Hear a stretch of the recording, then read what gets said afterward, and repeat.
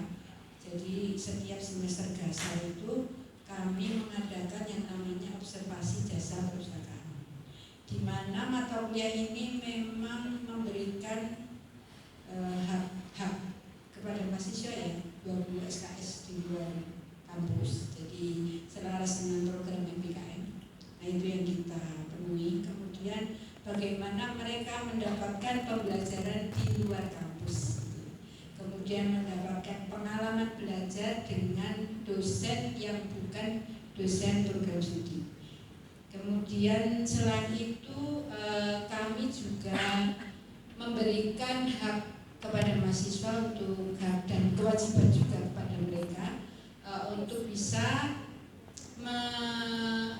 menyelaraskan atau bagaimana mereka mendapatkan teori di program studi itu bisa disandingkan dengan betul-betul operasional di perpustakaan, sehingga studi banding atau observasi ini idealnya memang kami lakukan dengan beberapa destinasi perpustakaan. Jadi ada perpustakaan perguruan tinggi, ada perpustakaan umum, ada perpustakaan khusus kemarin yang kami lakukan di Abioso, perpustakaan Braille, kemudian seharusnya ada perpustakaan sekolah.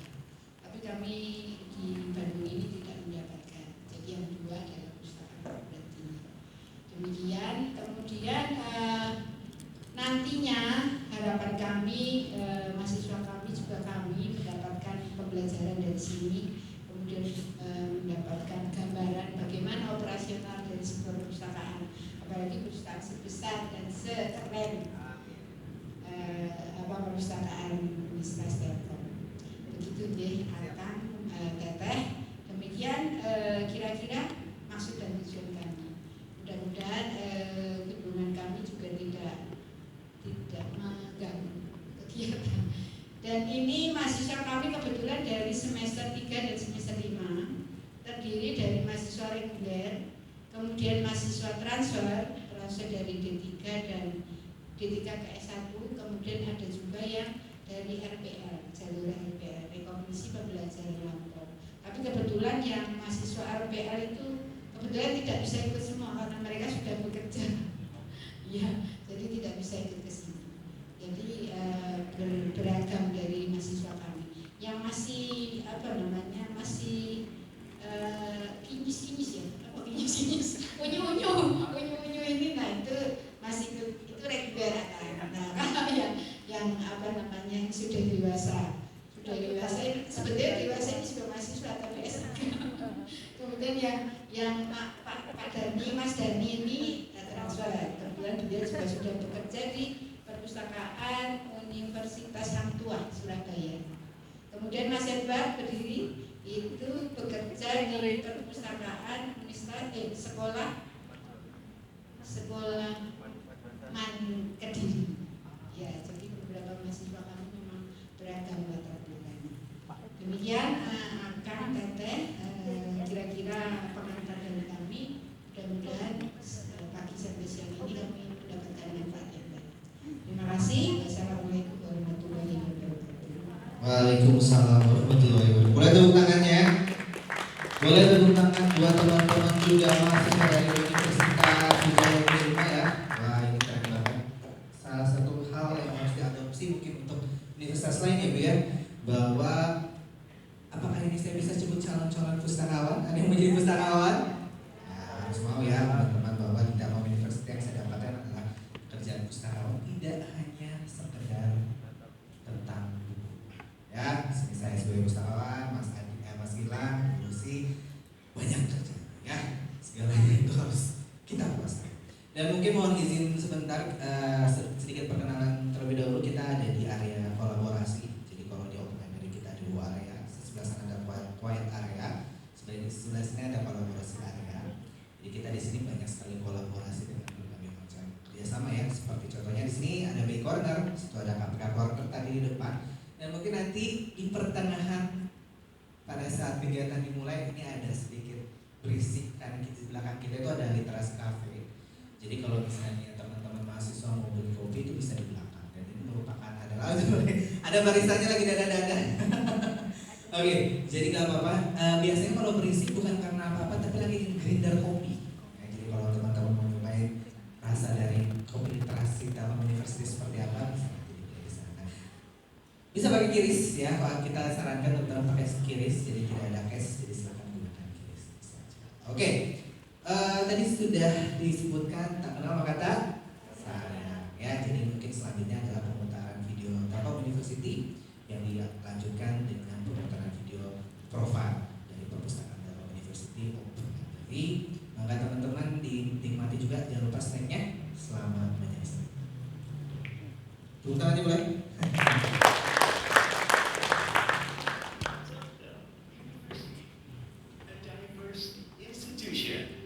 An institution that continually conducts research and produces innovation for the nation development. A campus that has an objective of contributing to the nation. This is Telkom University, the best private university in Indonesia, founded with spirit to contribute to the nation.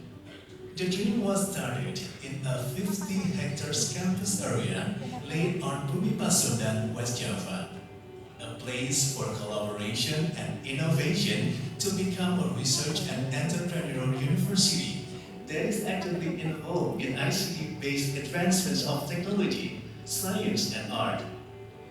In this campus, students from 34 provinces of Indonesia and international students from countries around the world are actively involved in research and innovation. research, innovation, and teaching learning excellence support Telkom University to produce competent graduates who work globally in more than 30 countries. Moreover, Telkom University also has several partnership programs with industries that help students to accelerate their careers. As an excellent ICT-based campus that won SPANA Award, National Award on E-Learning Program, Telkom University continually innovates to adapt to the current challenging situation. With determination to create the solution of the national challenges, Telkom University performs research and learning activities. It leads to several innovations that support the science development.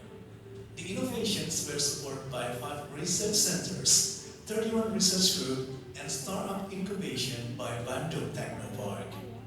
All of the research and innovation achievements have led to the status of Best University on Innovation Management Award, awarded by Ministry of Education, Culture, Research and Technology.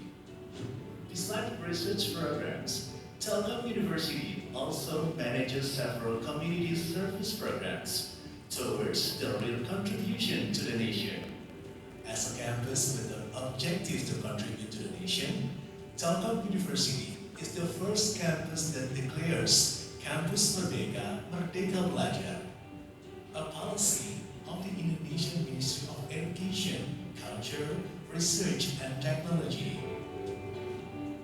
As the best private university according to UI Green Metric 2021, Telkom University has a commitment to always maintain the natural ecosystem in the campus area to be a sustainable campus. It also affects the learning environment where students and lecturers enjoy the comfortable atmosphere. We believe that all of Telkom University achievements, both national and global, could be acquired through the hard work and collaboration of all Telkom University stakeholders.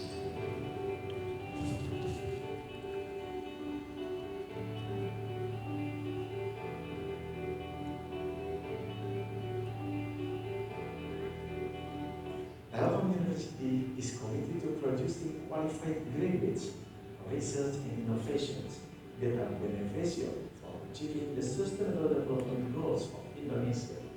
Telkom University contribute to the nation and the world. Together, contribute to the nation in Telkom University.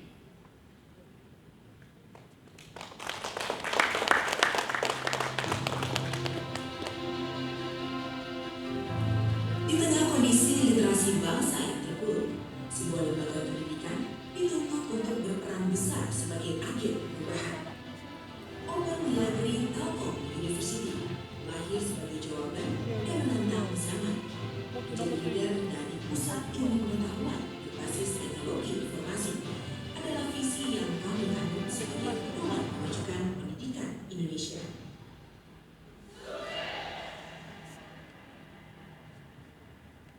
Namun cita-cita akan hanya menjadi mimpi bila kita tidak memulai.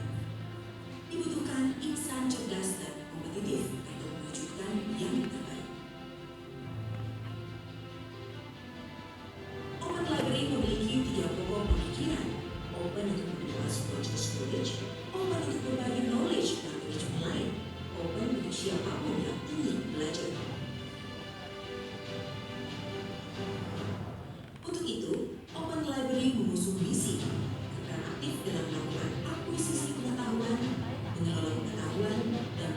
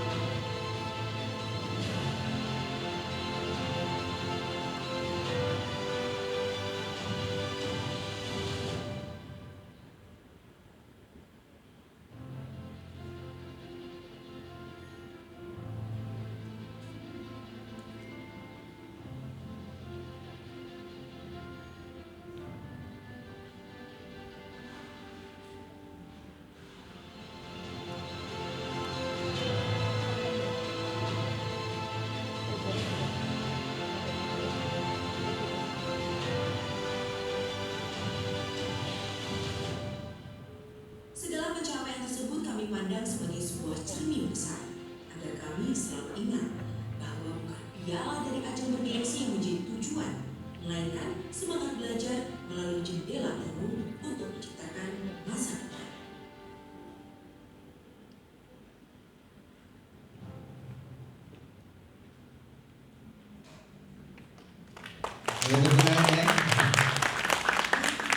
Jadi mungkin sedikit perkenalan ya tentang perpustakaan kami. Nanti hari selanjutnya kita akan sharing dan menggali lebih dalam lagi. Wah, ya.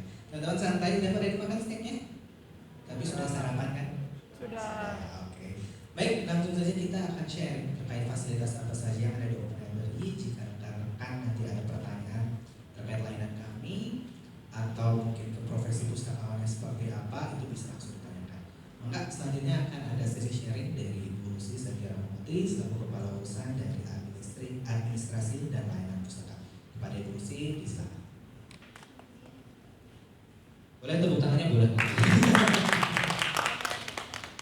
Baik, Assalamualaikum warahmatullahi wabarakatuh.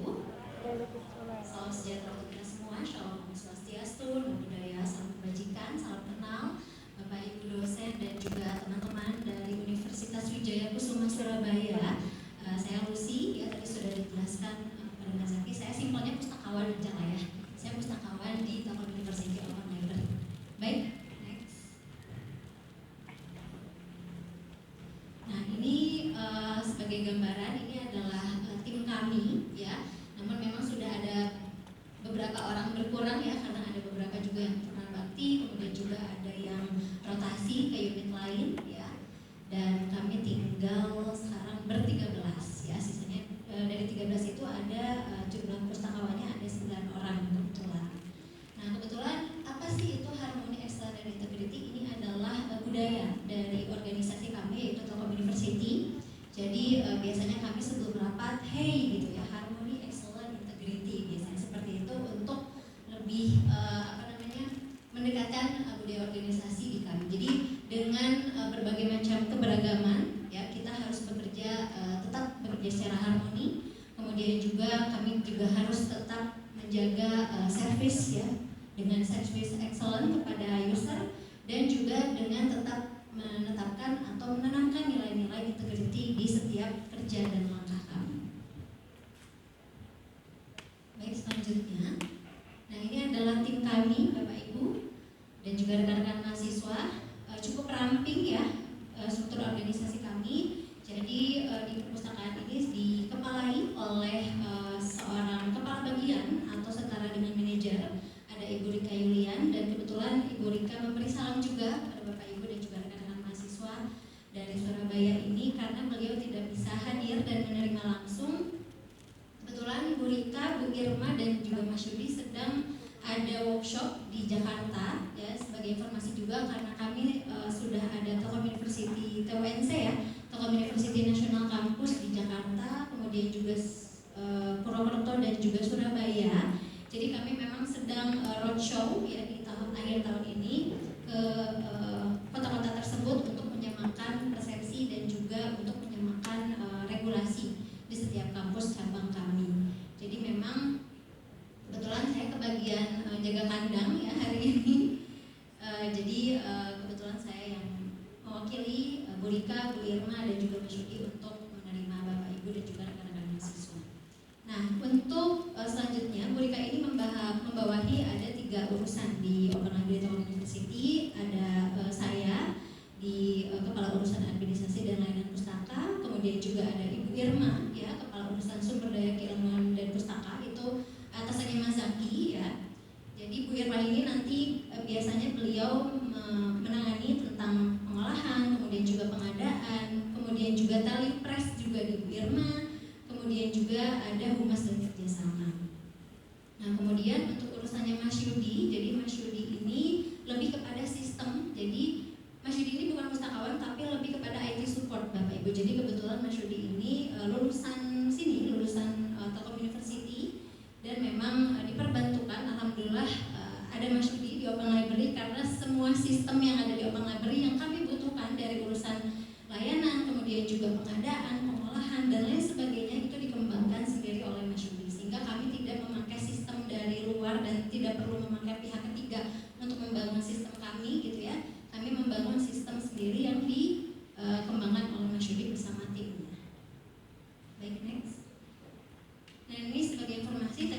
dijelaskan juga di awal bahwa sejak 2023 ya, pertama yang bergabung itu adalah Jakarta, kemudian juga selanjutnya Surabaya, dan tahun ini kebetulan yang terakhir yang sudah bergabung adalah Purwokerto. Jadi lokasi kami juga otomatis berada di kampus cabang tersebut juga, dan di kampus-kampus cabang tersebut juga sudah ada pustakawannya.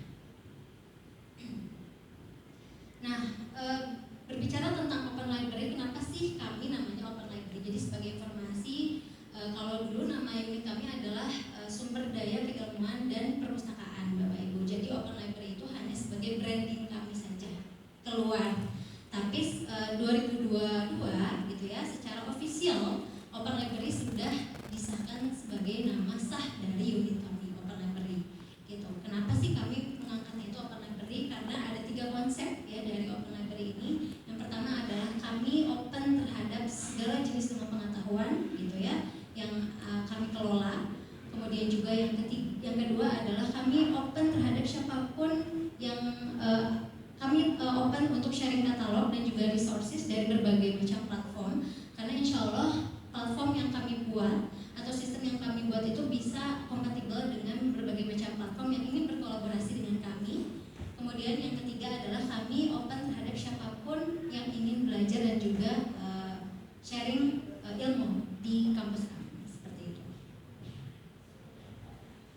Nah, ini adalah aktivitas kami, Bapak Ibu ya. Kalau misalnya nanti teman-teman nih sebagai gambaran ingin bekerja di perpustakaan, baik itu misalnya perpustakaan perguruan tinggi ataupun perpustakaan umum, perpustakaan khusus, pasti nanti yang akan di-capture gitu ya, yang akan di-report oleh teman-teman adalah ini biasanya. Jadi berapa sih jumlah koleksi, berapa utilisasinya gitu ya. Nanti biasanya teman-teman akan melaporkan angka-angka gitu ya yang perlu dianalisis gitu ya setiap bulannya, setiap triwulan atau bahkan setiap tahunnya untuk sebagai evaluasi kinerja tahun selanjutnya, biasanya seperti itu. Nah, ini adalah jumlah koleksi kami saat ini di 161.460 judul, kemudian juga di 231.604 eksemplar. Nah, ini yang kami capture adalah kebetulan sejak COVID, Bapak Ibu, yang kami capture adalah lebih kepada visitor online. Karena sebagai informasi, 40% koleksi kami itu dalam bentuk tercetak dan 60%-nya itu sudah dalam bentuk digital. Sehingga sudah tidak relevan sepertinya gitu ya jika kami hanya meng-capture jumlah peminjaman dan pengembalian secara secara onsite saja seperti itu. Jadi memang yang kami capture adalah visitor online, kemudian juga circulation-nya juga berapa sih jumlah download per harinya gitu. Jadi ini yang kami capture. Untuk visitor online-nya sekitar 21.000 visitor per hari. Kemudian juga visitor onsite-nya jika di peak session day itu bisa sampai 1.300 visitor per hari. Jadi ya rata-ratanya kalau kami hitung per tahun itu 800 sampai 1.300 per hari. Kemudian juga untuk sirkulasinya, kalau untuk sirkulasi buku cetak sebagai gambaran kami hanya di 600 ya per bulannya. Tapi kalau untuk circulation download-nya itu bisa sampai 1.238 download per hari. Nah, ini adalah berbagai macam layanan kami. Mungkin kalau misalnya layanan-layanan pokok yang ada di perpustakaan apa aja sih, ada yang tahu nggak? Sesuai dengan yang teman-teman dapat di perkuliahan, apa saja layanannya? Kalau di perpustakaan harus ada layanan apa saja? Sirkulasi, kemudian referensi, ada lagi?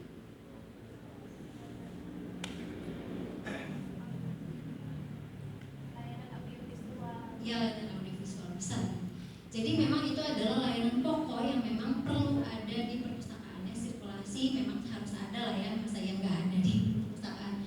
Layanan referensi, nah layanan referensi kami itu berbagai macam ya sebagai informasi. Jadi layanan referensi itu yang pertama adalah layanan informasi. Jadi layanan referensi yang kami buat adalah informasi lebih kepada untuk riset teman-teman ya. Jadi karena kami di perpustakaan perguruan tinggi, kami fokusnya kepada riset support service. Bagaimana pustakawan bisa menjadi partner dosen ataupun mahasiswa gitu ya dalam penulisan artikel ilmiah atau skripsi atau tesis dan lain sebagainya.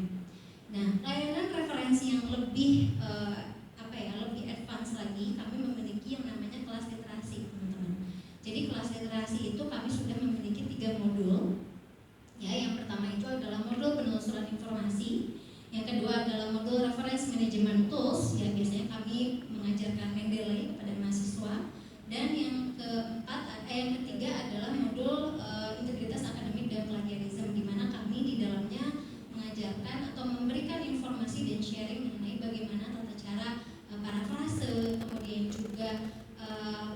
pakem-pakem apa saja yang dipakai untuk menghindari plagiarisme, bagaimana cara mengutip dan lain sebagainya. Jadi memang kelas literasi ini kami fokuskan untuk mahasiswa yang tugas akhir gitu, seperti itu. Jadi kami menyediakan 3 kelas, bisa di request atau kami yang jemput bola biasanya. Jadi setiap awal semester biasanya kami meminta jadwal mata kuliah ya ke BSLA atau pelayanan akademik, kemudian juga kami mappingkan mata kuliah apa saja sih yang berkaitan dengan layanan kelas literasi yang bisa kami masuki kelasnya. Misalnya metodologi penelitian, kemudian juga penulisan proposal, seminar, kemudian juga artikel riset, itu biasanya kami hubungi dosen-dosennya, kami bagi orangnya, misalnya Mas Zaki kebagian 10 dosen dalam 1 semester, saya kebagian 10 dosen gitu ya. Nanti kita yang menghubungi dan kami minta untuk masuk kelas, baik itu misalnya langsung mensosialisasikan layanan kelas literasi atau langsung biasanya ada dosen yang langsung untuk minta satu modul dulu untuk penelusuran informasi itu. Dan alhamdulillah untuk layanan kelas literasi ini kami di 1 tahun ini sudah menyelenggarakan sekitar 80 kelas literasi ya, dan juga 59 user education seperti itu. Dan itu biasanya kami bagi gitu, sehingga kami juga rutin untuk menyelenggarakan TOT gitu ya, untuk modul-modul kelas literasi ini, untuk update modul kelas literasi ini. Apalagi kan sekarang banyak sekali AI ya teman-teman ya, yang bisa dilaksanakan juga untuk penulisan riset. Nah sebetulnya juga kami nanti biasanya dijelaskan di kelas bahwa pemakaian AI itu tidak haram gitu ya untuk riset, tapi asal kita tahu pakem-pakemnya. Dan apalagi sekarang untuk sudah ada panduan GNA ya Bapak Ibu ya dari Kemendikbudristek untuk panduan GNA. Jadi sehingga kami juga membaca referensi tersebut untuk panduan kami di penyampaian kelas literasi sebagai update pengetahuan kami juga. Nah kemudian kami juga menyediakan layanan literasi cafe. Jadi literasi cafe ini bukan sekedar cafe ya Bapak Ibu dan rekan-rekan mahasiswa. Jadi dulunya layanan ini adalah, kalau misalnya tadi Bapak Ibu dan juga rekan-rekan mahasiswa lihat di video profile, itu namanya adalah layanan refreshment corner. Jadi dulu kami menyediakan kopi dan teh secara gratis untuk mahasiswa di sana. Jadi di perpustakaan ini boleh membawa makanan dan minuman, tapi silakan makan dan minumnya di area cafe atau di area refreshment corner. Nah, sejak tahun 2023 karena ada juga program MBKM ya Bapak Ibu di universitas lain dan di sini. Jadi dan kebetulan Telkom University itu visinya adalah sekarang menjadi entrepreneurial university, sehingga arahan dari Wakil Rektor 1 bidang akademik bahwa Open Library harus membuka lab gitu ya untuk entrepreneurial education atau kewirausahaan bagi mahasiswa MBKM. Jadi akhirnya jadilah cafe literasi ini. Jadi kami bekerja sama dengan Research Center ya, RC-nya Telkom University, kemudian juga bagian pengembangan akademik dan juga dengan vendor Chartil ya, yang ada produk-produk kopinya gitu ya. Kami bekerja sama dan kami menyediakan tempat, sehingga ini yang mengelolanya adalah full dari mahasiswa MBKM literasi cafe ini.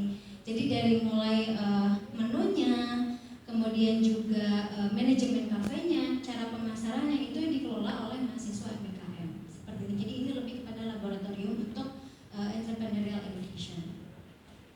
Nah kemudian juga kami ada kegiatan yang namanya ada aplikasi yang namanya Assistive Technology Service. Tadi kalau misalnya yang dimainin Mas Zaki itu ya, kalau di video profile. Jadi Assistive Technology Service ini adalah aplikasi ya untuk, bukan untuk difabel sih, lebih untuk berkebutuhan khusus tapi yang low vision gitu. Jadi ini adalah aplikasi yang kami sediakan untuk pengunjung-pengunjung yang low vision. Jadi nanti di aplikasi ini bisa di ada audio. Kalau misalnya di buku ada e-booknya, ini ada audionya. Kemudian juga bisa di blog gitu ya. Kalau misalnya ada yang buta warna parsial, itu juga bisa di adjust gitu ya, bisa di custom. Kemudian juga bisa juga untuk translator juga bisa. Itu namanya layanan assistive technology. Nah kemudian selanjutnya adalah open discussion. Jadi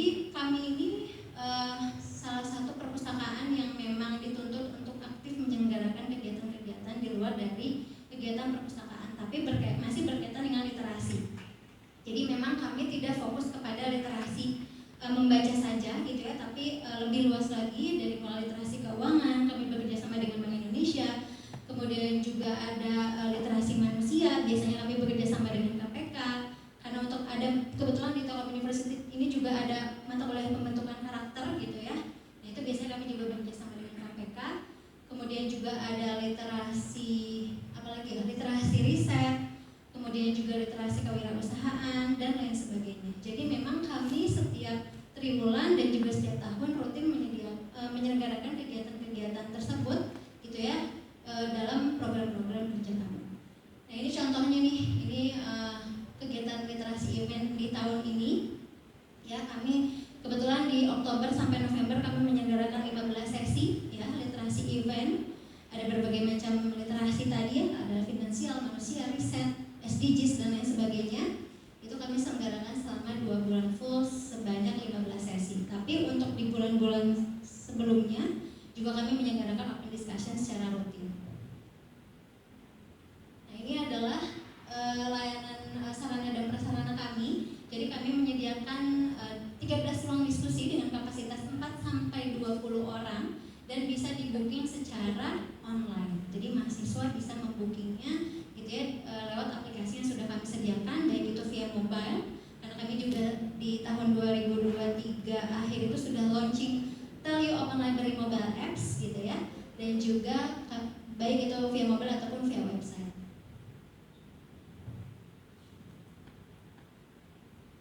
Nah ini adalah wajah atau user interface ya, dari website kami. Bisa teman-teman cari atau bisa teman-teman searching openlibrary.telkomuniversity.ac.id. Nah sebetulnya di website kami ini memang perlu ada beberapa pembenahan ya, karena kebetulan kami sedang membenahi dari mulai menu-menunya, kemudian juga user interface-nya gitu ya, agar lebih mudah untuk dipahami dan juga lebih user friendly juga gitu ya. Walaupun kami sebetulnya sudah menyediakan berbagai macam infografis, kemudian juga member user guide-nya, kemudian juga peraturan perpustakaan, semuanya ada di website ini. Tapi memang ada beberapa masukan dari survei yang kami selenggarakan, kemudian juga kritik dan saran atau suggestion box yang kami sediakan juga gitu ya, bahwa websitenya ini kurang user friendly. Baiklah, baik. Jadi itu kami gunakan sebagai justifikasi untuk pengajuan pembenahan website. Jadi Mas Yudi bersama tim sedang membenahi website kami agar tampilannya lebih simple dan juga lebih user friendly. Nah, tadi kan Mas Zaki bilang juga nih di awal bahwa tidak melulu hanya buku yang dikerjakan oleh seorang pustakawan ketika bekerja di perpustakaan, apalagi perpustakaan perguruan tinggi ya. Dengan kami totalnya ada 89 prodi dengan 44.000 mahasiswa yang kami miliki. Jangan harap teman-teman bisa bekerja santai ya di perpustakaan perguruan tinggi, karena kalau misalnya setiap prodi yang akreditasi, kemudian juga akreditasinya macam-macam juga ya biasanya Bu ya, ada internasional, ada nasional, ada lam teknik, lam apa namanya, ya pokoknya macam-macam ya. Luar biasa. Jadi setiap prodi juga perlu kami layani gitu ya datanya, dan juga kami menyediakan ini nih teman-teman, open library publication. Jadi kebetulan itu kerjaannya Mas Fajar dan tim ya di layanan referensi. Nah ini adalah output dari artikel ilmiah yang dari hasil skripsinya. Jadi skripsi yang dibuat artikel gitu ya. Jadi di sini ada e-proceeding namanya e-proceeding. Jadi ketika sebetulnya ini untuk memenuhi persyaratan publikasi bagi mahasiswa. Jika misalnya mahasiswanya tidak berkenan atau tidak bisa atau tidak sempat melakukan publis eksternal.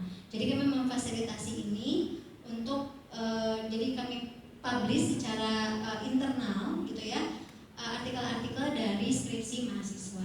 Jadi tergantung approval dosennya. Kalau dosennya approve publish eksternal, berarti artikelnya tidak akan tampil di sini. Tapi kalau untuk publish dari proceeding, berarti nanti artikelnya juga akan tampil di sini. Dan di tahun 2023 dan 2024 kami juga mengelola yang namanya jurnal, yaitu Tatatika dan Jitlit.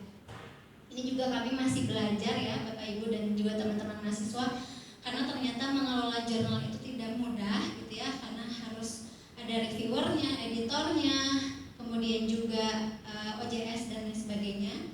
Nanti ada, kalau misalnya mau tanya-tanya tentang jilid dan teka-teka bisa bertanya ke Kang Fajar.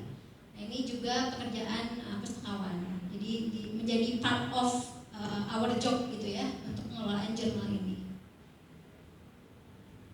Nah selain itu kami juga mengelola repositori. Jadi repositori tentunya seluruh seluruh perguruan tinggi memiliki repositori, dan kebetulan yang mengelola repositori Telkom University ini adalah Open Library. Jadi wajahnya ketika teman-teman melihat atau mengklik repository.telkomuniversity.ac.id dan openlibrary.telkomuniversity.ac.id akan sama user interface-nya seperti ini, tapi memang yang di aksesnya berbeda. Next.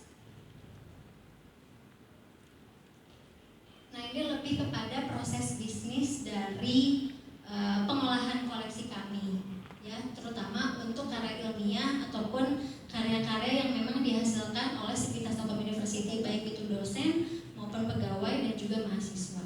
Nah proses bisnisnya seperti ini. Misalnya mahasiswa melakukan upload karya ilmiah atau skripsinya ke Open Library Telkom University.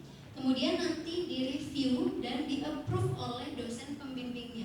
Jadi nanti ketika mahasiswa submit, dosen pembimbing akan mendapatkan notifikasi baik itu email ataupun di mobile, gitu ya, bahwa perlu ada dokumen yang di-approve. Kemudian juga nanti dosen melakukan review dan approve sesuai dengan kebutuhannya. Baru nanti di-review secara administrasi dokumennya oleh pustakawan, baru nanti diproses ke katalog. Kira-kira seperti itu proses bisnisnya. Begitu juga misalnya Mas Zaki kemarin mengikuti KPPTI yang diselenggarakan di Batam. Mas Zaki juga perlu upload laporannya ke sini, nanti di-approve atau di-review baik bisa oleh Bu Irma atau bisa langsung oleh Bu Rika. Nanti di-approve baru nanti diproses ke katalog laporannya, sehingga bisa dibaca juga oleh pegawai, dosen ataupun mahasiswa yang lain hasil dari kegiatan yang Mas Zaki ikuti, seperti itu. Nah ini lebih kepada dashboard kami. Jadi ini kebetulan juga dibangun oleh Mas Yudi, ya, oleh tim kami sesuai dengan kebutuhan atau requirement yang diminta oleh pustakawan-pustakawan. Jadi ini adalah, nama aplikasinya adalah OLAFA, Open Library Application for Accreditation. Ya, hanya Open Library yang punya ini. Karena kenapa saya berani bilang itu, karena ya ini kami yang buat, dan ini juga sudah pernah dilombakan secara nasional dan juga menang juara 1, ya. Nah ini dashboard yang kami miliki Bapak Ibu, dan ini biasanya kami bawa atau kami buka ketika akreditasi program studi, baik itu akreditasi nasional maupun akreditasi internasional. Karena di aplikasi ini bisa sudah dimappingkan berapa pengunjung per prodi, berapa peminjam per prodi, itu bisa dilihat. Kemudian juga berapa mata buku dari atau koleksi per prodi itu berapa, dan juga mata kuliahnya apa saja, bukunya apa saja, itu bisa dilihat secara detail di aplikasi ini. Ya, itu Mas Yudi yang membangunnya. Alhamdulillah kami punya Mas Yudi di perpustakaan ini, karena apa yang Bu Irma mau dan saya mau itu bisa terwujud. Walaupun memang butuh waktu gitu ya. Karena kan yang tahu data-data apa sih yang diminta gitu ya. Kemudian juga apa sih yang harus kita ada gitu ya di aplikasi ini. Nah itu kan biasanya data-datanya ataupun informasinya dari pustakawan. Nah yang mewujudkannya itu biasanya di support gitu. Nah ini tadi bahwa kami memiliki 13 ruang diskusi. Ini ada aplikasi ataupun form untuk pemesanan ruangannya gitu ya, ada room dashboardnya, sehingga nanti pengunjung bisa melihat ruangan mana saja yang sudah dipakai ataupun sedang dipakai gitu ya, dan dari jam berapa sampai jam berapa, sehingga nanti pengunjung bisa melihat ruangan ini tuh udah penuh, berarti saya harus ke ruangan yang lain atau pesan ruangan yang lain, kira-kira seperti itu. Nah ini adalah Open Library Mobile Apps. Jadi sejak 2023 kami grand launching dari mobile apps ini. Kebetulan sudah dibuat dari 2021 akhir ya, kami sudah merancang apa saja yang akan dibangun di mobile apps ini gitu ya untuk memudahkan pengguna. Karena kan sekarang biasanya mahasiswa itu tidak mungkin lupa bawa handphone biasanya ya. Jadi dari mulai fitur kehadiran, kemudian juga book delivery juga bisa dari sini, pemesanan ruangan, kemudian juga akses koleksi dan lain sebagainya itu bisa dilaksanakan dari satu genggam saja. Kalau tadi teman-teman lihat di luar itu ada gate ya, ada dua sebetulnya, jadi terpisah. Jadi yang satu itu bisa pakai kartu atau KTM, tapi karena sejak 2024 ini mahasiswa baru itu sudah tidak ada KTM secara fisik, jadi KTM-nya digital. Jadi sehingga sudah tersolusikan juga nih. Jadi masuk ke perpustakaan bisa langsung memakai QR kehadiran lewat mobile app tersebut. Seperti itu. Dan ini juga sudah diakui secara nasional karena ini sudah dilombakan di lomba inovasi perpustakaan perguruan tinggi dan alhamdulillah kami masuk ke 3 besar ya di tahun ini. Oke, selanjutnya kalau ini lebih kepada jurnal yang kami langgan ya, mungkin di perpustakaan teman-teman lebih banyak karena ini kami juga masih sedikit ya anggaran untuk jurnal.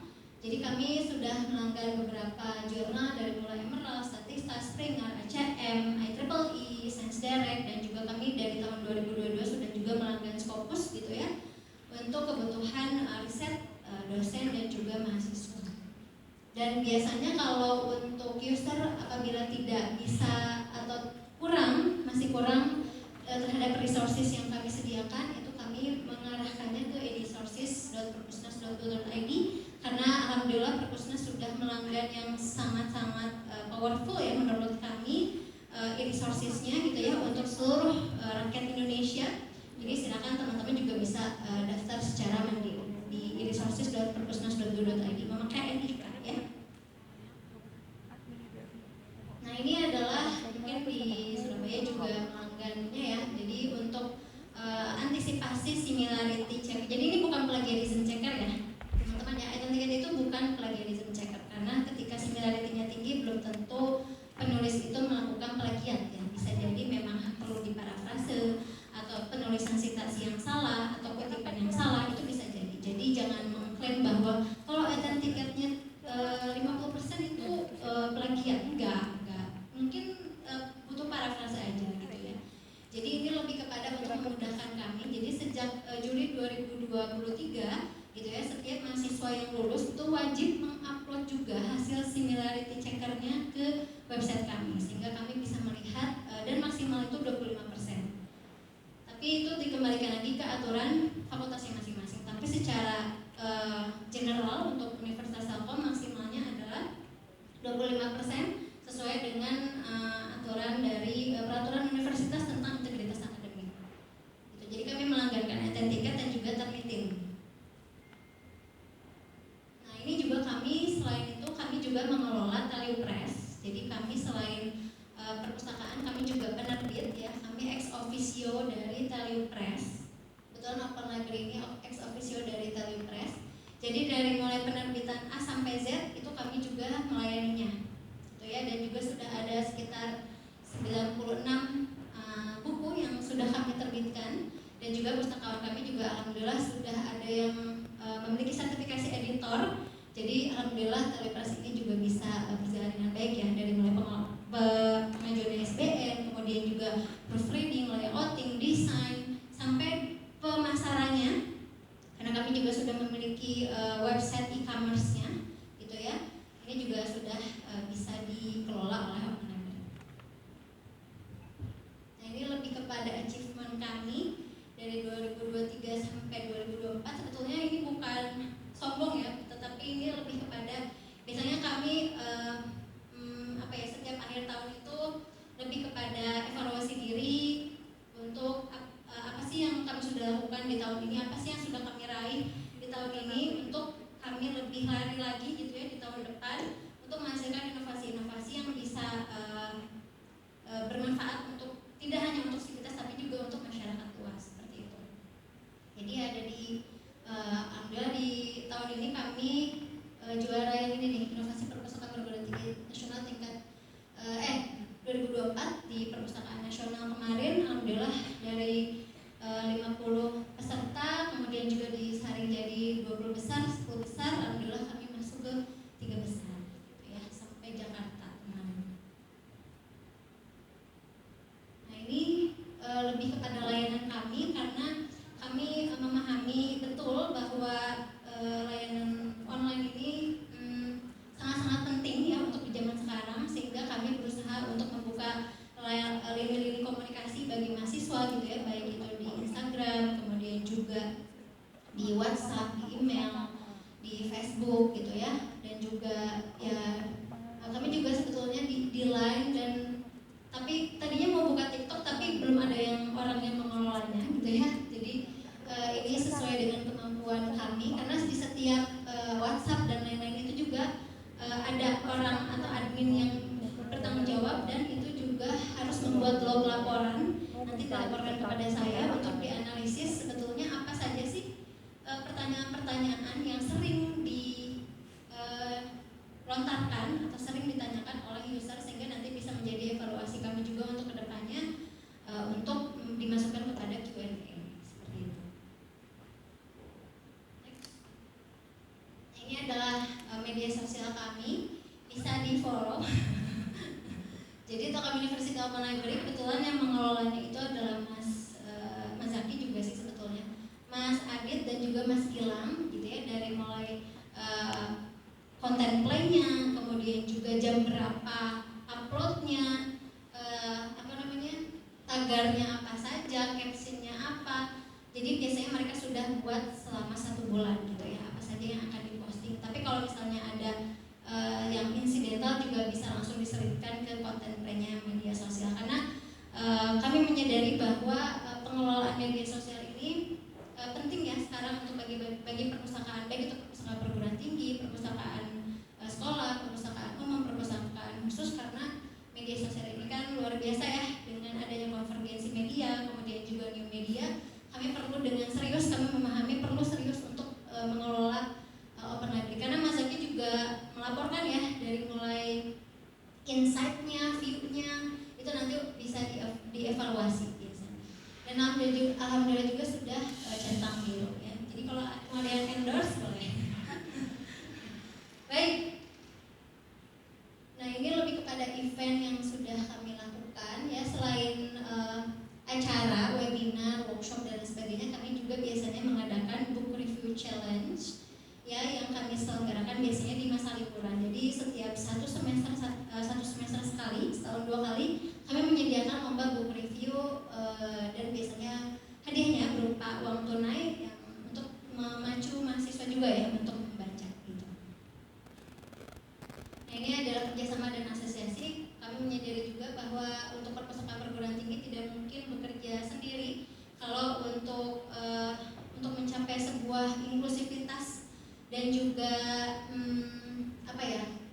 sebuah untuk menembus ke masyarakat itu kami tidak bisa bekerja sendiri, sehingga ini adalah hasil dari kerjasama kami baik itu dengan perpustakaan nasional, perpustakaan pemerintah lainnya, kemudian juga perpustakaan perguruan tinggi, perpustakaan komunitas, dan juga taman baca dan komunitas-komunitas lainnya. Ini lebih kepada kaleidoskop dari Open Library. Jadi setiap akhir tahun seperti tadi yang sudah saya jelaskan di tengah tadi ya, bahwa setiap akhir tahun biasanya kami merekap 3 urusan tadi, urusan saya, Bu Irma dan juga Mas Yudi melakukan rekapitulasi. Kalau saya itu biasanya dalam bentuk angka ya, karena layanan dari mulai layanan konsentrasi, layanan semua layanan saya tampilkan dalam bentuk angka, dan ini biasanya untuk menjadi refleksi kami gitu ya, apa yang turun, apa yang naik, sehingga bisa untuk kami berlari lagi di tahun berikutnya. Jadi ini biasanya kami rangkum dalam Open Library Kaleidoskop per tahun. Oke, sepertinya sudah sekian dari kami. Mohon maaf jika ada yang kurang-kurang. Kalau misalnya ada yang mau ditanyakan juga silakan. Oke, boleh teman-teman. Baik, rekan-rekan silakan jika ada yang mau bertanya, boleh dari Bapak Ibu dosen atau dari rekan-rekan mahasiswa, boleh. Ya, oke, satu orang dulu. Ada 2, Ibu. Biasanya satu mancing dulu. 3. Oke, berarti 3 dulu. Yang 3 dulu pertanyaan pertama ya. Kita dari ibunya dulu. Silakan.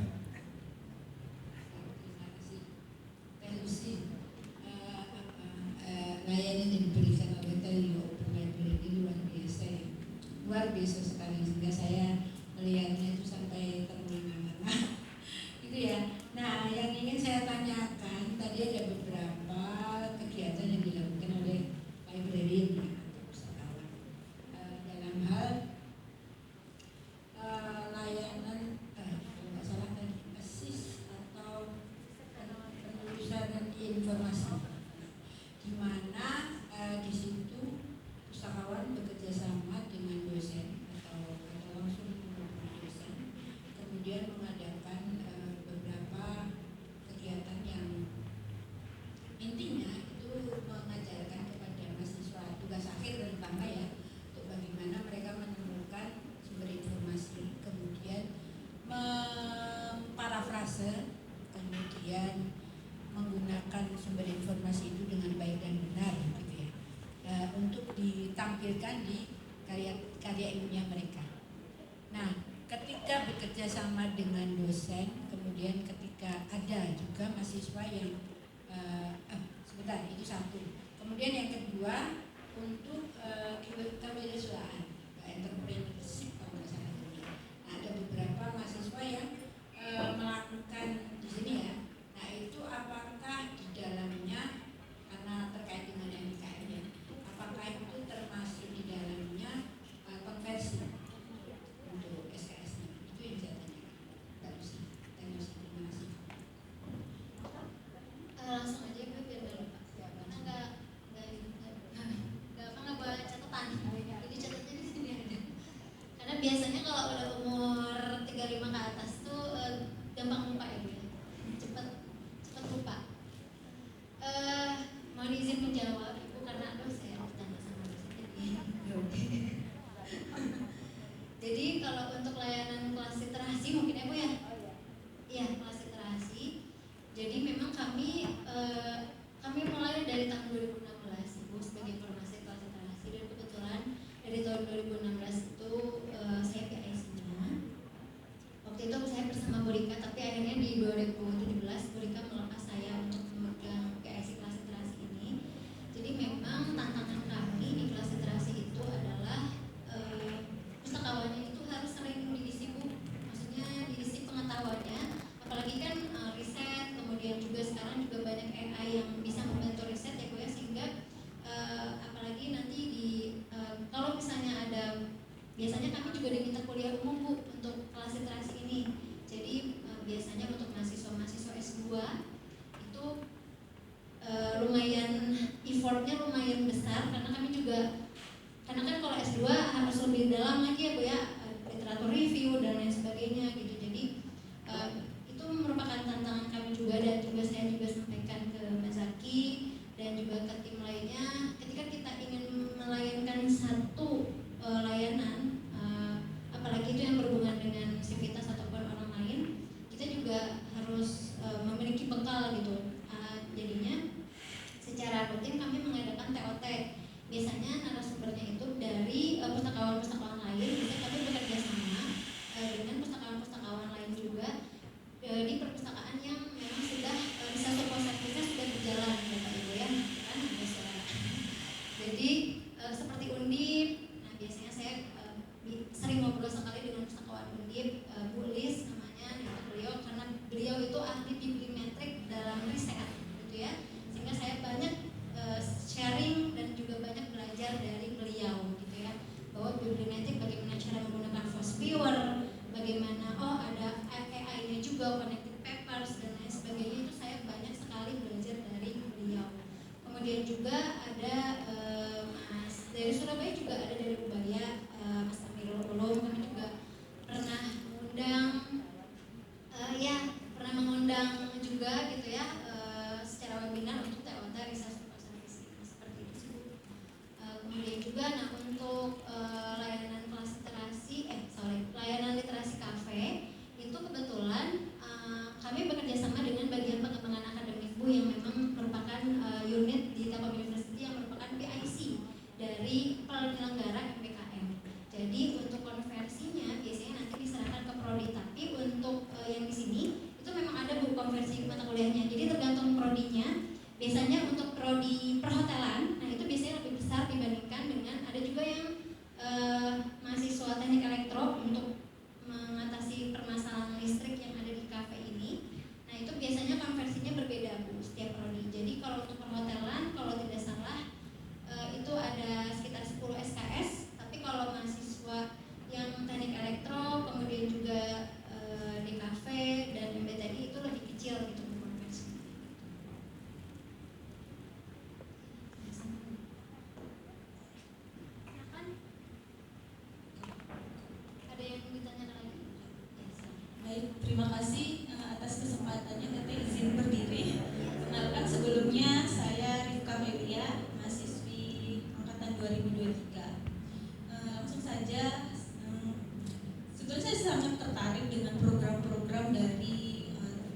Telkom University Open Library.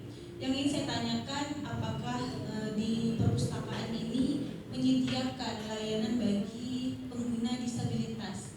Karena kan sesuai dengan namanya, brand dari perpustakaan ini yaitu Open. Apakah melayani pengguna atau user dari disabilitas? Kemudian yang kedua, pertanyaan kedua yaitu apa sih program unggulan yang dapat menarik mahasiswa untuk hadir ke perpustakaan? Karena kita tahu kan bahwa anak-anak zaman sekarang itu malas gitu untuk ke perpustakaan.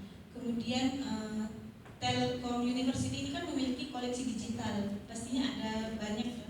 Kemudian bagaimana sih mengatasi, pasti serangan cyber dari digital itu ada pastinya kan. Itu bagaimana dari pihak perpustakaan mengatasi kendala seperti itu. Baik, terima kasih. Baik, terima kasih, pertanyaan yang bagus ya. Terima kasih juga untuk pertanyaannya. Yang pertama untuk yang difabel ya. Jadi memang untuk yang difabel ini kami menyadari bahwa memang untuk sarana dan prasarana kami masih kurang ya untuk difabel, karena secara standar saja kami adanya di lantai 5 bukan di lantai 1 gitu ya. Itu bisa menghambat juga untuk yang difabel. Tapi memang kami selalu berkoordinasi dengan pihak kemahasiswaan dan juga pihak marketing ya. Biasanya setiap tahun kami koordinasi, ada 3 mahasiswa yang difabel gitu ya. Maksudnya yang perlu penanganan khusus yang harus kami persiapkan juga gitu ya di layanan kami. Nah biasanya untuk yang mahasiswa yang difabel, kalau untuk saat ini sih yang difabel itu masih yang kursi roda ya, masih yang kursi roda gitu ya, belum ada yang tunarungu lainnya itu belum ada. Jadi baru yang memakai kursi roda saja. Jadi kami untuk yang gerbang di atas itu bisa digeser gitu, jadi tidak yang pakem ditanam di lantai, tapi kami memang bisa digeser-geser sehingga nanti mahasiswa difabel yang memakai kursi roda itu bisa masuk secara nyaman ke Open Library. Dan juga selama mahasiswa tersebut ada di Open Library biasanya nanti ditemani oleh 1 orang pustakawan gitu. Nah untuk difabel yang lainnya ya, kami juga aware gitu ya terhadap difabel ini, kebutuhan khusus ini. Jadi kami setiap tahun itu selalu mengadakan workshop Bisindo. Jadi kami bekerjasama dengan sekolah Bisindo gitu ya, untuk kami belajar bahasa isyarat. Jadi bukan, walaupun belum ada yang mahasiswa yang seperti itu, tapi kami pustakawan dan juga mahasiswa, kami ajak mahasiswa juga untuk belajar bahasa isyarat, sehingga nanti ketika mereka di masyarakat gitu ya, atau ketemu di jalan dengan orang yang berkebutuhan khusus seperti itu, kita sudah bisa berkomunikasi dengan lancar. Alhamdulillah sudah 3 kali ya kita bekerjasama dengan Bisindo, dan kebetulan gurunya juga itu gitu tuli juga. Jadi guru tuli yang kami undang. Jadi memang kami mau tidak mau harus belajar karena kan gurunya juga nggak bisa mendengarkan. Kemudian juga cyber ya, cyber sama program layanan unggulan. Kalau program layanan unggulan ya, program layanan unggulan kami itu jadi sebetulnya kami angkatnya itu di sarana prasarana kami. Jadi sebisa mungkin kami membuat suasana yang nyaman untuk mahasiswa. Jadi kami memisahkan 2 zona ini, collaboration zone dan quiet zone. Karena sudah tidak zaman lagi sepertinya ya, kalau pustakawan yang gitu udah gak zaman juga ya Bapak Ibu ya. Jadi kami tangani dengan itu area gitu, fasilitas yang memang kami sediakan seperti ruang diskusi. Silakan kalau agak berisi ke ruang diskusi. Kalau untuk pembuatan konten video atau untuk melihat video di mini teater atau di mini studio production dan lain sebagainya. Jadi dari yang pertama itu sarana dan prasarana yang kami berusaha untuk perbaiki dan juga kembangkan ya. Jadi sebisa mungkin kami membuat nyaman. Jadi kalau misalnya ada AC 1 aja yang mati itu bisa ribut gitu. Maksudnya saya bisa marah-marah gitu ya. Karena jangan sampai mahasiswa itu kepanasan. Terus kalau misalnya kamar mandi, ya pokoknya sarana prasarana deh. Jadi pasti saya tuh ngomel gitu kalau misalnya masalah itu gitu ya. Masalah itu berisi gitu kalau misalnya saya ngomel gitu. Jadi kayak misalnya ini juga saya gemes nih, kapan ini dicet gitu kan, kayak misalnya ini bekas bocor gitu kan, walaupun udah nggak bocor tapi ini bekasnya masih ada, itu saya udah bolak-balik, pasti saya bolak-balik telepon logistik tuh cepetan di chat gitu, karena kan udah gak enak gitu dilihatnya gitu. Jadi yang pertama sarana prasarana, yang kedua itu adalah pustakawannya. Jadi apa maksudnya? Jadi di kami itu tidak boleh ada 3S pokoknya, sapa, salam, senyum. Jadi tidak boleh mahasiswa itu biasanya kalau di layanan referensi atau di itu kan mahasiswa itu udah banyak masalah. Jadi kita jangan sampai menambah masalah mereka dengan melayani dengan tidak baik atau kitanya jutek gitu. Jadi jangan sampai mahasiswa udah banyak masalah, kita nambah masalah juga gitu. Jadi sebisa mungkin kami layani mahasiswa walaupun di luar jam kerja. Biasanya saya melayani mahasiswa S2, S3 itu di luar jam kerja gitu ya, karena saya juga paham bahwa mereka juga pasti baru bisa kerjanya atau bisa mengerjakan tugasnya malam. Jadi kami sebisa mungkin walaupun di luar jam kerja itu kami layani gitu. Seperti kelas literasi kami hanya pokoknya sampai dari Senin sampai Jumat dari jam 8 sampai jam 7 malam. Tapi ketika ada permintaan hari Sabtu itu kami juga harus siap gitu. Tidak boleh menolak. Jadi Bu Rika bilang jangan sampai kita bilang tidak bisa gitu, seperti itu. Tapi dijawab dulu, kami usahakan gitu sih. Terus juga apalagi ya kalian ya koleksi juga kami berusaha untuk update koleksinya, karena juga itu juga sesuai dengan permintaan dosen ya. Kalau untuk koleksi kami selalu update setiap bulannya, kami ajukan ke logistik.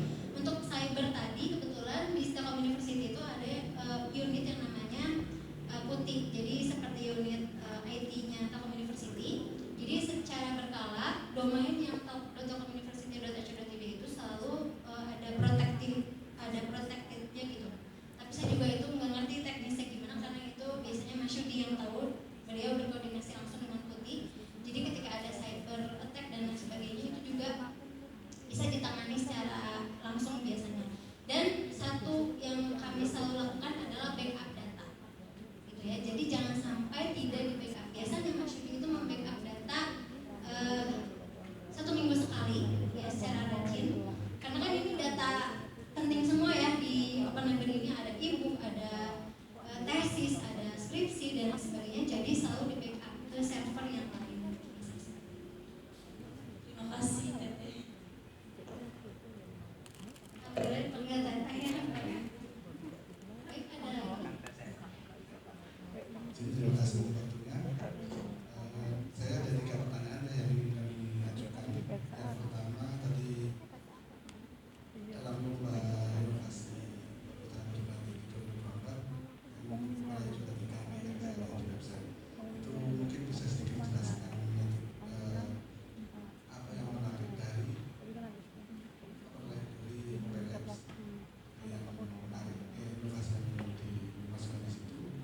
Yang kedua terkait open publication dan khususnya jurnal, tadi kami lihat ada 2 jurnal yang dikelola. Itu apakah pengelolaannya full dari pustakawan di open ini atau ada dukungan dari LPDM misalnya?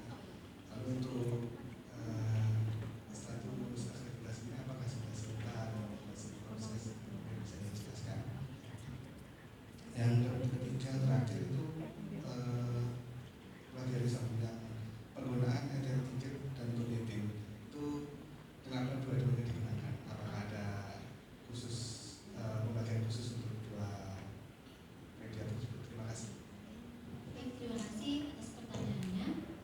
Untuk yang pertama, untuk yang lomba inovasi. Jadi untuk lomba inovasi ini kami kebetulan sudah ikut tuh 2 tahun berturut-turut. Jadi dari mulai Perpusnas menyelenggarakan di tahun 2023 itu Perpusnas menyelenggarakan lomba best practice yang pertama. Nah, kami ikut, kami melombakannya itu approval system. Nah, kemudian juga di tahun 2024 kami melombakan yang mobile apps. Nah, untuk penilaiannya itu kalau untuk Perpusnas itu tidak hanya aplikasi, maksudnya tidak hanya dari teknologinya saja yang dinilai, tapi dari kebermanfaatan dan juga aplikatif dan replikatif, gitu ya. Aplikatif dan replikatif itu adalah itu bisa diadopt oleh perpustakaan lain yang mungkin anggarannya tidak bisa sebesar kami, gitu. Nah, kenapa mobile apps itu kami angkat? Karena yang pertama mobile apps itu kami dan juga untuk fitur-fiturnya juga tidak apa ya, itu kami bangun sendiri dan juga biayanya tidak mahal gitu ya. Itu under 100 juta untuk kami membangun mobile apps itu. Jadi tidak mahal ya untuk sebuah aplikasi. Jadi di bawah 100 juta sehingga juri juga oke gitu kan. Dan kami juga memberitahu 100 juta itu apa saja sih gitu ya. Nah, kemudian juga yang kedua adalah sebelum membangun mobile apps ini sebetulnya kami membaca beberapa artikel jurnal ilmiah dari internasional. Biasanya kami carinya tentang ilmu perpustakaan itu ada di Emerald, kemudian juga ada di lain-lain lah ya. Itu kami membaca apa sih fitur dasar yang harus dimiliki oleh sebuah aplikasi mobile apps perpustakaan. Ternyata kalau misalnya yang kami baca, yang pertama itu adalah fitur informasi gitu ya. Informasi tentang perpustakaan itu harus ada di mobile apps. Yang kedua adalah untuk layanan sirkulasi. Yang ketiga adalah untuk akses koleksi digital. Itu 3 fitur dasar yang harus ada di mobile apps. Nah, kalau kami hanya menyediakan 3 fitur dasar itu nggak aneh dong, karena kan itu memang fitur dasar yang harus ada di sebuah mobile apps perpustakaan. Tapi kami menambahkan fitur yang bisa lebih interaktif dengan pengguna, gitu ya. Walaupun kami lewat mobile apps, kami juga bisa berkomunikasi atau berinteraksi dengan pengguna, pustakawan dan juga pengguna. Yang pertama, fitur yang kami unggulkan adalah book delivery service. Ya, book delivery service ini adalah untuk mengakomodir, karena kan ada beberapa buku yang lama-lama tapi masih dipakai sebagai buku penunjang utama mata kuliah gitu ya, yang adanya di sini. Sedangkan user kami kan bisa jadi tidak sempat ke sini atau dosen ada di gedung lain malas ke sini.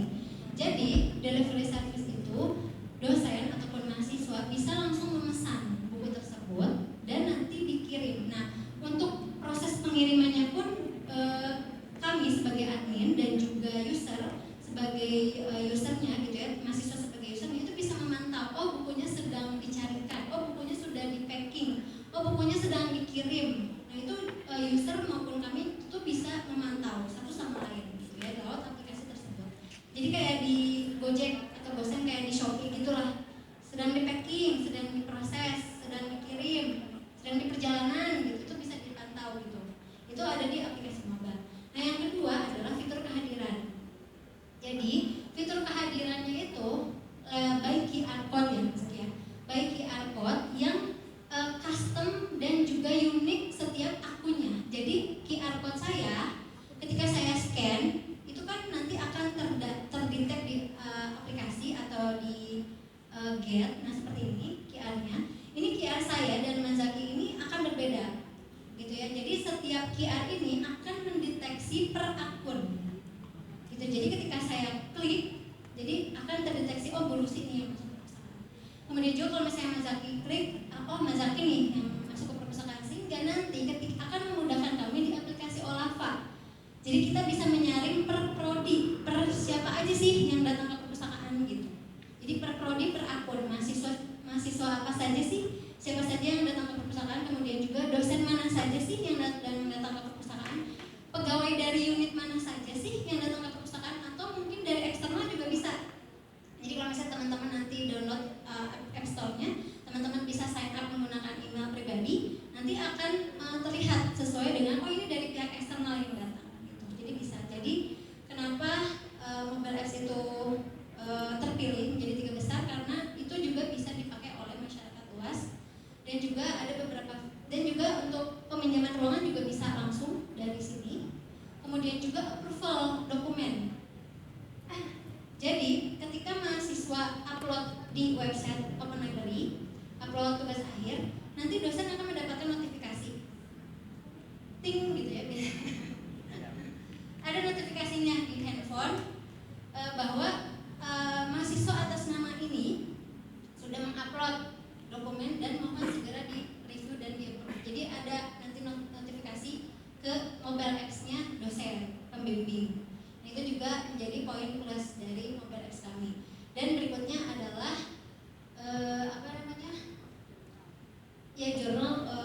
jurnal udah nggak ada sih Bu biasanya. Ya pokoknya itu deh, aplikasi-aplikasi yang digunakan untuk memesan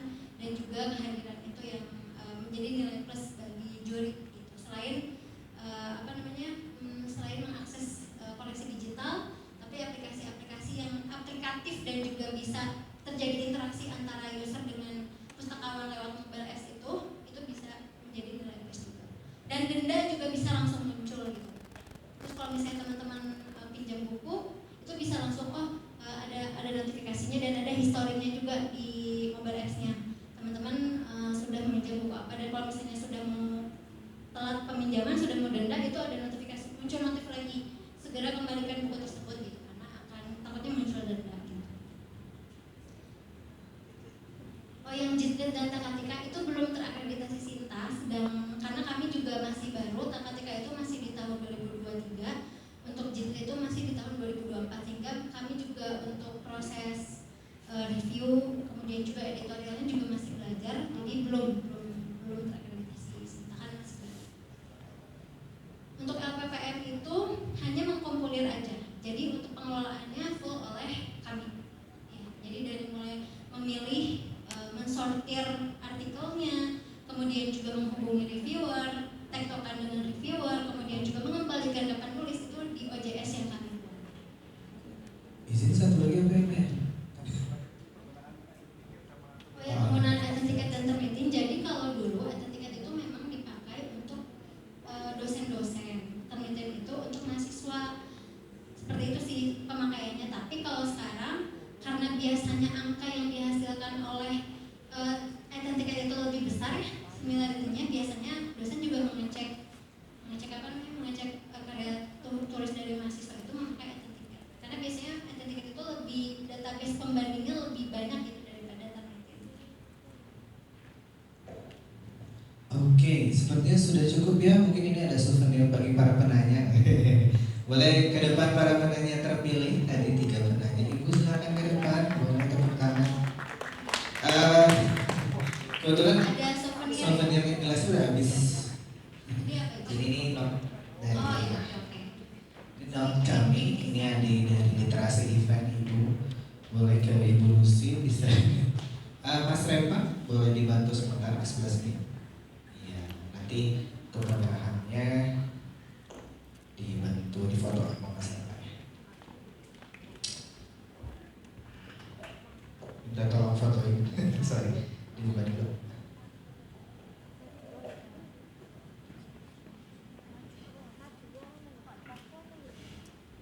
Silakan diberikan kepada dari Indonesia. 1, 2, 3. Terima kasih. Sini satunya. Nah ya seperti itu.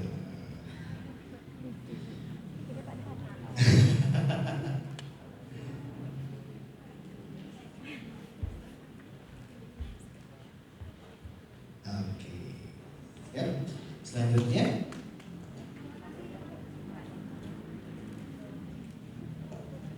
semoga bermanfaat ya Ibu ya. Ada notebook Ibu. Iya sama-sama.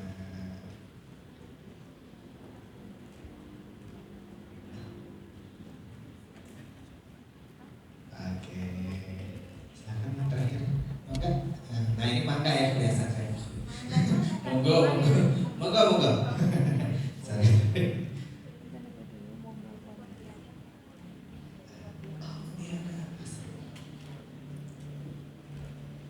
Oke, boleh tepuk tangan sekali lagi. Baik, kegiatan kelanjutan yang mengajar itu mungkin kebetulan makasih dapat. Kebetulan kita sudah ada di area referensi. Boleh Ibu duduk lagi aja. Nah, nanti kita lanjut level itu. Oh, souvenir nanti di depan Ibu, di bawah logo. Nah, ada tempat sendiri. Ada souvenir. Izin silakan. Ya, nanti di depan aja. Ada venue tersendiri biasanya kalau teman-teman ya. Oke, teman-teman, terakhir mungkin sudah ya teh, kita lanjut ke library tour. Saya kasih informasi terlebih dahulu, kita sedang ada di area kolaborasi. Ya, seperti teman-teman tahu tadi terkait digital, kebetulan kalau kita sudah tidak ada bentuk fisik untuk skripsi, tesis itu tidak ada bentuk fisiknya. Jadi segala bentuk konten digital research itu bisa diakses di komputer ini. Ya, ini ada area referensi kami, itu ada majalah, nggak boleh dipinjam. Bank Indonesia Owner itu boleh dipinjam. Karena kebetulan kita seringnya tinggi, ya kita ada area mezzanine di atas. Jadi di atas adalah tempat teman-teman kalau mau baca. Di belakang itu ada area literasi cafe. Jadi kalau misalnya mahasiswa mau beli kopi itu bisa di belakang. Nah ini ada area referensi di situ. Di sini ada Kalau mau lulus biasanya harus nyumbang buku kan ya. Nah ini nyumbang bukunya sih. Tapi mahasiswa ada tugas untuk melakukan upload mandiri. Jadi segala bentuk tugas saya itu bentuknya digital. Jadi sudah tidak ada bentuk fisik.